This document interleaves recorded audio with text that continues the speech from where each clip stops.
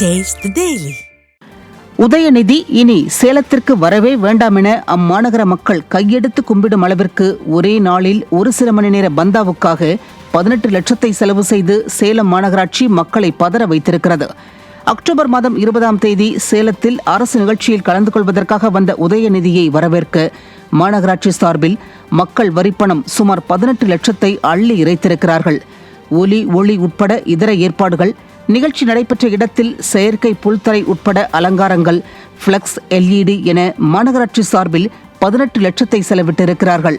அன்றாடம் காட்சிகள் பலர் அரும்பாடுபட்டு கொடுக்கும் வரிப்பணத்தில் இத்தனை ஆடம்பரம் தேவைதானா என மக்கள் கேள்வி எழுப்புகின்றனர்.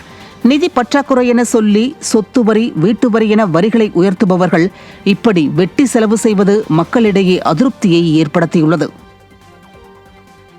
லஞ்ச வழக்கில் கையும் களவுமாக சிக்கிய நகராட்சி ஆணையருக்கு மாநகராட்சியின் துணை ஆணையாளராக பொறுப்பு வழங்கி அழகு பார்க்கிறது திராவிட மாடல் அரசு. நீலகிரி மாவட்டம் உதகை நகராட்சியின் ஆணையாளராக இருந்த ஜஹாங்கீர் பாஷா கட்டிடங்களை புனரமைக்க அனுமதி வழங்குவது, வளர்ச்சி பணிகளை மேற்கொள்வதற்கு கமிஷன் பெறுவது என ஊழல் அதிகாரியாக வலம் வந்ததாக குற்றச்சாட்டு இருந்தது. அதை நிரூபிக்கும் விதமாக 11,70,000 லஞ்ச பணத்துடன் ஜஹாங்கீர் பாஷா கையும் களவுமாக சிக்கினார். கட்டுக்கட்டாக பணத்துடன் சிக்கியவரிடம் லஞ்ச ஒழிப்புத்துறை வழக்கு பதிவு செய்து 13 மணி நேரம் விசாரணை நடத்தியது. லஞ்சத்தில் ஊறி திளைக்கும் இத்தகைய அதிகாரிகளை சஸ்பெண்ட் செய்ய வேண்டும், பணியில் இருந்து நீக்க வேண்டும் என மக்கள் கொந்தளித்துக் கொண்டிருக்கும் நேரத்தில் எதையும் வித்தியாசமாக சிந்திக்கும் ஸ்டாலின் அரசு ஜஹாங்கீர் பாஷாவுக்கு நெல்லை மாநகராட்சியின் துணை ஆணையாளராக பொறுப்பு வழங்கி இருக்கிறது. ஸ்டாலின் அரசின் லஞ்ச ஒழிப்பு துறையிடம் கையும் களவுமாக சிக்கியவருக்கு ஸ்டாலின் அரசே பதவி கொடுக்க வேண்டிய தேவை என்ன? அந்த பணம் யாருக்கேனும் கமிஷனாக சென்ற பணமா? சிக்கிக் கொண்டவருக்கு கைமாறு செய்யும் விதமாக பதவி கொடுக்கப்பட்டுள்ளதா? இதுதான் ஸ்டாலின் ஊழல் லஞ்சம் இல்லாமல் ஆட்சி செய்யும் லட்சணமா என மக்கள் அடுக்கடுக்கான கேள்விகளை எழுப்புகின்றனர்.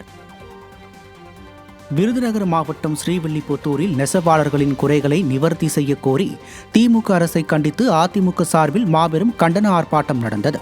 ஸ்ரீவில்லிபுத்தூர் நெசவாளர் கூட்டுறவு மற்றும் விற்பனை சங்கம் எதிரில் நகர அதிமுக சார்பில் நடைபெற்ற கண்டன ஆர்ப்பாட்டத்திற்கு முன்னாள் அமைச்சர் இன்பத்தமிழன் தலைமை தாங்கினார். இந்த ஆர்ப்பாட்டத்தில் நெசவாளர்களுக்கு தரமான நூல்கள் வழங்க வேண்டும், நெசவு கூலியை உயர்த்தி வழங்க வேண்டும் என்பன உள்ளிட்ட பல்வேறு கோரிக்கைகளை வலியுறுத்தி ஏராளமான நெசவாளர்கள் ஸ்டாலின் அரசுக்கு எதிராக கண்டன கோஷங்களை எழுப்பினர்.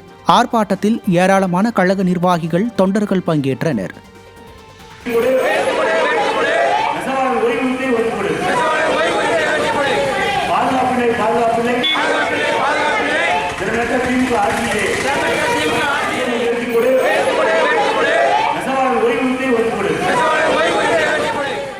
கூலி உயர்வை கொடுக்கவில்லை. திமுக தேர்தல் அறிக்கையிலேயே கூலி உயர்வு 2000 ரூபாயா கொடுத்தாங்க. கொடுக்க தேர்தல் அறிக்கை அறிவித்து இன்னைக்கு வரைக்கும் கொடுக்கவே இல்லை. அது 200 ரூபா தான் கூட்டினாங்க. 2000 அவங்க கூட்டணும். அதுக்காகவும் அது மட்டும் இல்லாமல் வங்கி மூலம் கூலி கொடுக்காங்க. இப்போ நெசவாளர்கள் வங்கிக்கு போனால் இன்னைக்கு வா நாளைக்கு வா அலக்கழிக்கிறாங்க. கோவை மாவட்டம் பொள்ளாச்சி வடுகபாளையம் ரயில்வே கேட் மூடுவதாக வந்த அறிவிப்பால் முன்னாள் துணை சபாநாயகர் பொள்ளாச்சி ஜெயராமன் தலைமையில் பொதுமக்கள் ரயில் பாதையில் அமர்ந்து மறியலில் ஈடுபட்டனர். வடுகபாளையம் மற்றும் 10க்கும் மேற்பட்ட கிராமத்தினருக்கு கோவை மற்றும் பொள்ளாச்சிக்கு சென்று வரும் பொது வழியாக உள்ள ரயில்வே கேட்டை நிரந்தரமாக மூடுவதாக ரயில்வே துறை அறிவித்தது. இதையடுத்து சட்டமன்ற உறுப்பினர் பொள்ளாச்சி ஜெயராமன் அப்பகுதி மக்கள் மற்றும் அதிமுக நகர செயலாளர் கிருஷ்ணகுமார் உள்ளிட்ட நிர்வாகிகளுடன் ரயில் மறியல் போராட்டத்தில் ஈடுபட்டனர். தொடர்ந்து செய்தியாளர்களிடம் பேசிய முன்னாள் துணை சபாநாயகர் பொள்ளாச்சி ஜெயராமன் பொதுமக்கள் எளிதாக வந்து செல்ல அப்பகுதியில் மேம்பாலம் அமைக்க வேண்டும் என்று வலியுறுத்தினார். அனைத்து இந்திய அண்ணா திராவிட முன்னேற்ற கழகத்தை பொறுத்தவரை இந்த ரயில்வே கேட் நிரந்தரமாக இருக்க வேண்டும், செயல்பட வேண்டும். அல்லது இதே இடத்துல ஒரு மேம்பாலம் கட்டி கொடுத்து மக்களுடைய போக்குவரத்துக்கு சௌகரியமான சூழ்நிலை ஏற்படுத்தி தர வேண்டும்.